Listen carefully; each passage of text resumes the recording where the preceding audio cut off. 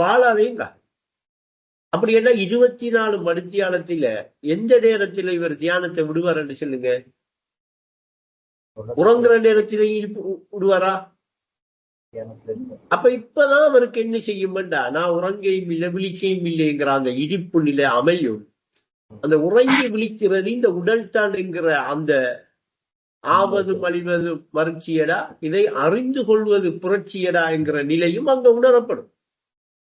அப்ப இப்ப இதுக்கு இவர் என்ன செய்ய வேண்டியிருக்கா, தினமும் விக்கிரிசை, தினமும் ஞாபகப்படுத்திக்கிட்டே இருக்க வேண்டிய அந்த உள்ளத்தை கொண்டு வர வேண்டியிருக்கு. அப்படி அவருக்கு வராட்டி அவர் ஏகத்தில தரிச்சு இயன்ற வரைக்கும் நினைவுபடுத்தி பயிற்சி எடுக்கணும். பயிற்சி எடுத்துட்டாரண்டா அந்த பயிற்சி என்ன செய்யும் அவருக்கு அந்த 24 மணித்தியாலము நாம உள்ளத்தால அந்த நிலையை மறக்க கூடாது. அதுதான் ஏகமா இருக்கிற நிலை, அது எந்த சொந்த நிலை. இந்த உதாரணத்துக்கு சொல்ல போனா, எங்கதான் நாம போனாலும், என்னதான் அரண்மனையில இருந்தாலும், எந்த நாட்டுக்கு தான் போனாலும், அந்த சொந்த இடம் சொந்த வீடு என்று எதை நினைச்சிட்டு இருப்போம்?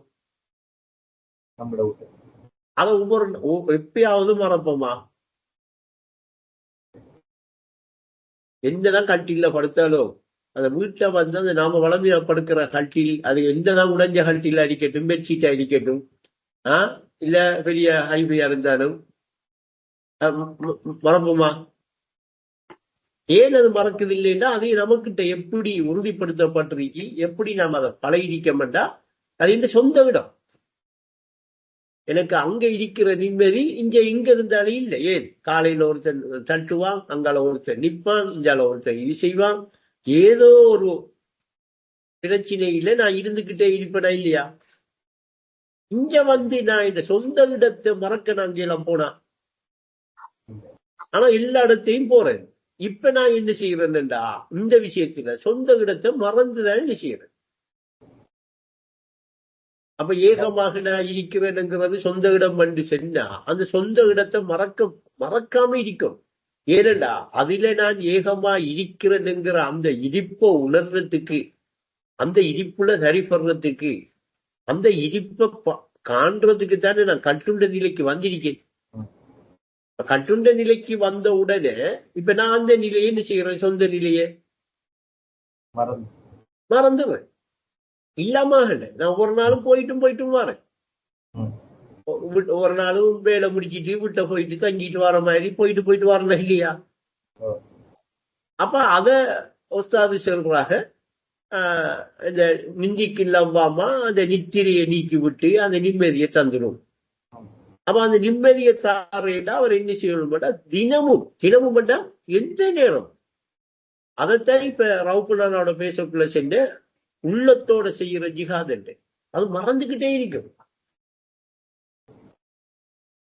இப்ப நீங்க இன்றைக்கெல்லாம் காலையில இருந்து இரவு வரைக்கும் அதை எத்தனை நினைவுபடுத்தினீங்க என்று பார்த்தா ஒரு குறிப்பிட்ட அளவுதான் வறுமை அல்லாமல் அதிகமாக நாம் இன்றைக்கு நினைவுபடுத்தினோம்.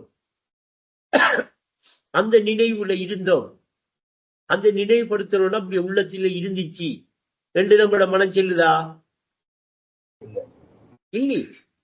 அப்ப நாம அதிகமாக நம்மளோட உள்ளம் பௌதீகமான விஷயத்தோட உடல் சம்பந்தப்பட்டு உள்ளமும் சம்பந்தப்பட்டுக்கிட்டு இருக்கிறதால நம்மளோட இதயம் என்ன செய்வதில்லை, சுத்தமாகுதில்லை. சுத்தமாகிற இடத்துக்கு வருவதில்லை. சுத்தமாகிற இடத்துக்கு வாரேன்னா அவர் என்ன செய்யணும்டா, உள்ளத்திலே ஏக நிலையை தனிப்படுத்தும். கட்டுண்ணாத நிலை உள்ளத்திலே என்ன செய்யணும், நான் ஏகமா இருக்கேன் என்று அந்த ஏகத்தில தரிச்சு விக்கிரி செஞ்ச ஒரு அனுபவம் இருக்கணும் அவருக்கு. இருந்தா தான் அவருக்கு தினமும் விக்கிரி செய்யற அந்த இடத்துக்கும் வருவாரு. அவரை உள்ளமும் என்ன செய்யும், சுத்தமா. அப்ப இன்னைக்கு உள்ளம் சுத்தமாயின உடனே இப்ப உள்ளத்தை எது சுத்தப்படுத்துதுண்டா, அவரோட உள்ளத்தை அந்த ஏகமா இருக்கிற நிலைதான் சுத்தப்படுத்துது. ஏன்னா ஏகமா இருக்கிற நிலைய ஒஸ்தாது சொல்றாங்க, ஆள் மனதில் அலையிருக்க அனுபவமே சாட்சியங்காக. ஆள் மனதில் அலையிருக்கான்னு காட்டுதா. இங்க ஆள் மனதில் எண்ணம் இருக்காது என்று காட்டியிருக்கலாம்.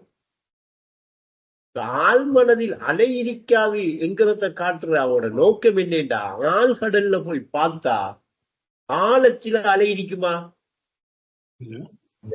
அது மாதிரி நீங்க ஏகமாக இருக்கிற அந்த நிலையோட உங்களோட உள்ளம் சரிபட்டு தினமும் திக்கிர்ல இருந்தா, தினமும் ஞாபகப்படுத்திட்டு இருந்தா, அந்த ஞாபகப்படுத்திட்டு இருக்கிற அந்த உள்ளத்துல அலை வாரது, எண்ணம் வாரது இருக்குமா?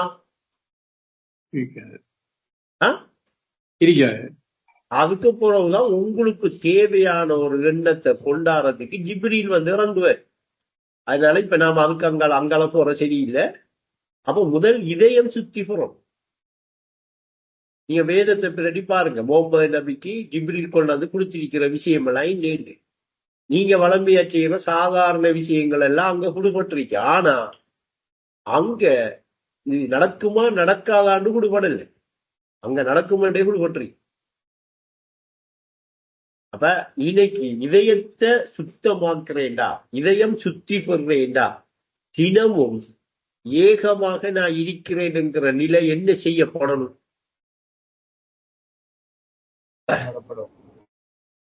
நினைவுபடுத்தப்படும், ஞாபகப்படுத்தப்படும், திக்ர் செய்யப்படும்.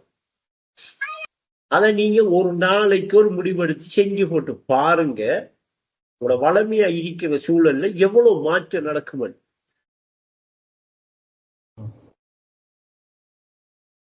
நம்பணும், வேற ஒன்றும் செய்யலாம். நீங்க ஏகமாக இருக்கிறீங்க நான் உங்களை ஒரு ஆளை காட்டி சொல்றேன்னா, சும்மா அந்த கட்டுண்ணாம ஒரு ஏகமா இருக்கிற நிலைய நம்புங்க என்று சொல்றேன். அப்ப விலங்கு தரைப்பாய்.